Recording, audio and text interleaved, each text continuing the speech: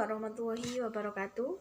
Nama saya Fida Ainur Rofiko dari kelas PPSI 2019B dengan NPM 2191000310074. Di sini saya akan menganalisis syair tanpa waton karya Gus Dur atau Kiai Haji Abdurrahman Wahid. Syair ini berjumlah 13 bait dan biasanya ketika akan membunyikan syair ini diawali dengan pembacaan sholawat yang berbunyi seperti Ya Rasulullah salamun alaik Ya Rafi Asyani wa daraji, seperti itu. Kemudian langsung kepada bait pertama. Bait pertama berbunyi ngawiti ingsun larah syiiran kelawan muji maring pangeran kang paring rahmat lan kenikmatan rino wengine tanpa pitungan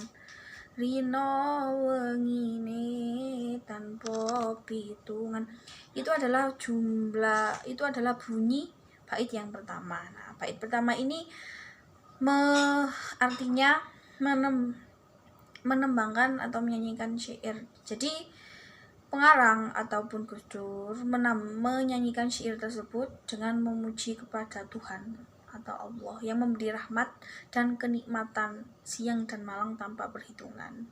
Jadi itu adalah makna pada syair yang pertama. Kemudian bunyi syair yang kedua, duh bolo konco priya wanita aja mau ngaji syariat bloko gur pinter nongeng nulis lan moco tembe burine bakal sengsara. Itu bunyi syair yang kedua yang artinya wahai para sahabat pria dan wanita, jangan hanya belajar syariat saja, hanya pandai mendongeng, bicara, menulis dan membaca, akhirnya akan sengsara. Jadi di sini pengarang ataupun Gus Dur menegaskan bahwa jangan hanya belajar ilmu agama saja, harus juga belajar ilmu-ilmu yang lainnya, karena harus seimbang antara ilmu agama dan ilmu duniawi.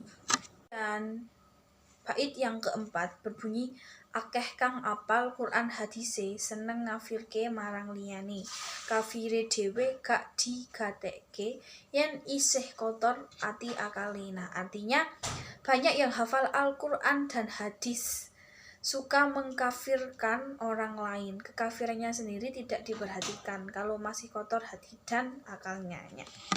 Jadi pada bait ketiga ini Gus Dur menjelaskan bahwa banyak orang-orang yang sebenarnya hafal Al-Quran tapi sering mengkafirkan atau sering menjelek-jelekkan orang lain padahal dirinya sudah hafal Al-Quran, tidak peduli dengan kejelekannya sendiri atau tidak peduli dengan kekafirannya sendiri. Itu isi bait yang ketiga. Kemudian bunyi bait yang keempat, gampang kabujuk nafsu angkara ing pepaise gebyare donya iri lan meri sugih tangga mula atine peteng lan nista. Yang artinya mudah tertipu nafsu angkara dalam hiasan gemerlapnya dunia, iri dan dengki kekayaan tetangga, maka intinya gelap dan nista. Nah, jadi pada bait keempat Gus Dur menjelaskan bahwa masih banyak orang muslim atau manusia yang masih tertipu daya oleh nafsu, hanya menuruti nafsunya saja, sehingga menyebabkan iri dan dengki kepada tetangga atau kepada orang yang lainnya. Nah, itu juga menyebabkan hatinya gelap gulita. Syair kelima dan 8. Bunyi syair kelima, ayo sedulur jok ngelalekake wajibe ngaji sak pranatane nggo ngandelake iman tauhide baguse sangu mulya atine. Yang artinya mari saudara jangan melupakan kewajiban mengaji belajar lengkap dengan aturannya untuk menebalkan iman tauhidnya, bagusnya akal, mulia matinya. Nah, jadi di sini pengarang ataupun Gus Dur mengajak kepada para pendengar syair tersebut untuk jangan melupakan kewajiban untuk belajar ataupun mengaji untuk mempertebal iman tauhidnya, untuk menebalkan imannya agar nanti mulia pada saat meninggal. Nah, kemudian adalah bunyi pada bait ke-6. Kang aran soleh bagus atine, kerone mapan sering ilmune, laku torekot lan makrifate, uga hakikat manjing rasane.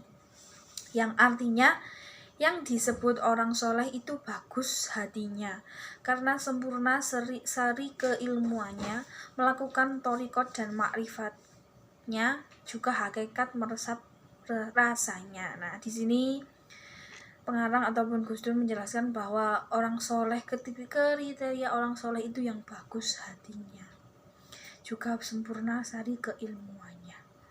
Lanjut pada bait ke-7 yang berbunyi, Al-Qur'an Qadim wahyu minulya, tanpa ditulis iso diwaca, iku wejangan guru waskita dan tancepake ing jero dodo. Yang artinya Al-Qur'an Qadim wahyu yang mulia, tanpa ditulis bisa dibaca. Itu wejangan atau pesan dari guru yang waskita, ditancapkan ke dalam dada. Nah, jadi di sini Gus Dur menjelaskan bahwa kemuliaan Al-Quran, bahwa Al-Quran itu bisa tanpa ditulis itu sudah bisa dibaca. Bagaimana caranya?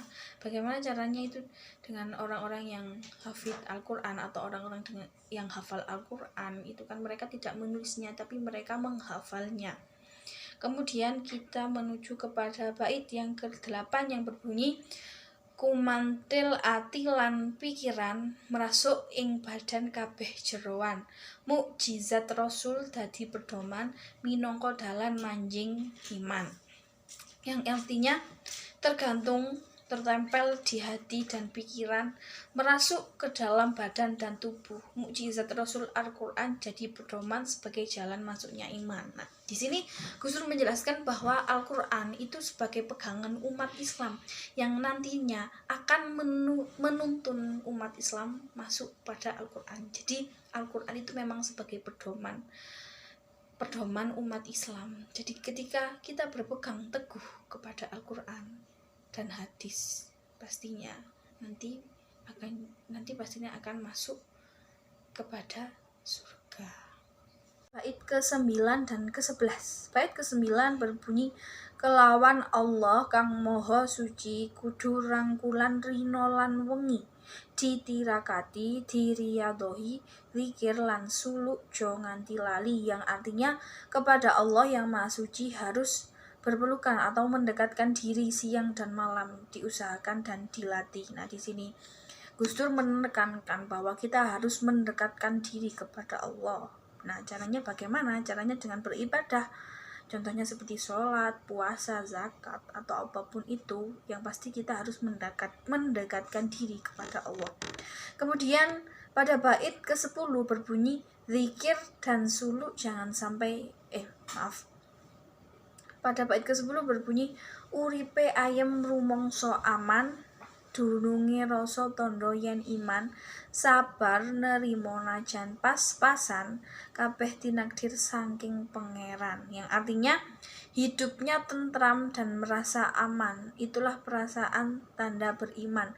Sabar menerima meskipun hidup pas-pasan, semua sudah ditakdirkan dari Tuhan. Nah, jadi ketika kita sudah beriman, walaupun kita hidup pas-pasan, itu akan merasa senang.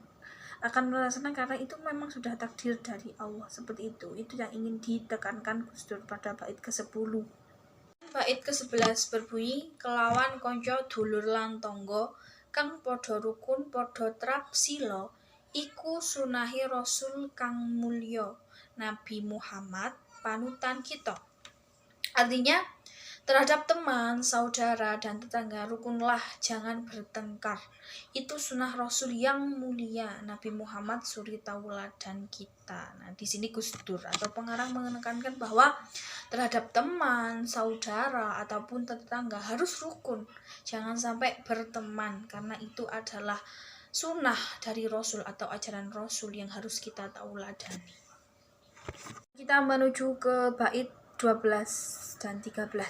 Bait ke-12 berbunyi, ayo ngelakoni sak kabehane, Allah kang bakal ngangkat derajate senajan asor toto dohire ananging mulya makom derajate, yang artinya mari jalani semaunya Allah yang akan mengangkat derajatnya meskipun rendah secara lahiriah namun mulia kedudukan derajatnya di sisi Allah. Nah, di sini Pengarang ataupun Gus Dur menekankan bahwa tidak usah ragu atau tidak usah bingung kalau derajat di mata manusia itu rendah. Yang penting derajat di mata Allah itu tinggi. Itu yang ingin dipesankan pengarang kepada pendengar syair tersebut di bait ke-12. Dan bait ke-13 yang berbunyi, lamun palarasto ing pungkasane ora kesasar roh lan sukmane, den gadang Allah swarga manggone utuh mayite uga ulese. Nah, yang artinya ketika ajal telah datang di akhir, tidak terseret roh dan sukma raganya, disanjung Allah surga tempatnya, utuh lengkap jasad juga kain kafannya. Nah, jadi di sini Gus Dur ataupun pengarang menjelaskan bahwa ketika kita sudah beriman kepada Allah, menjalani semua perintahnya dan meninggalkan semua larangannya, maka nanti pada waktu akhir atau akan meninggal, roh dan sukmanya akan disanjung di surga atau masuk tempat surga, dan jasad kita tidak akan hancur oleh tanah. Seperti itu penjelasan dari saya tadi. Apabila ada kesalahan dalam perkataan maupun perbuatan, saya mohon maaf yang sebesar-besarnya. Wassalamualaikum warahmatullahi wabarakatuh.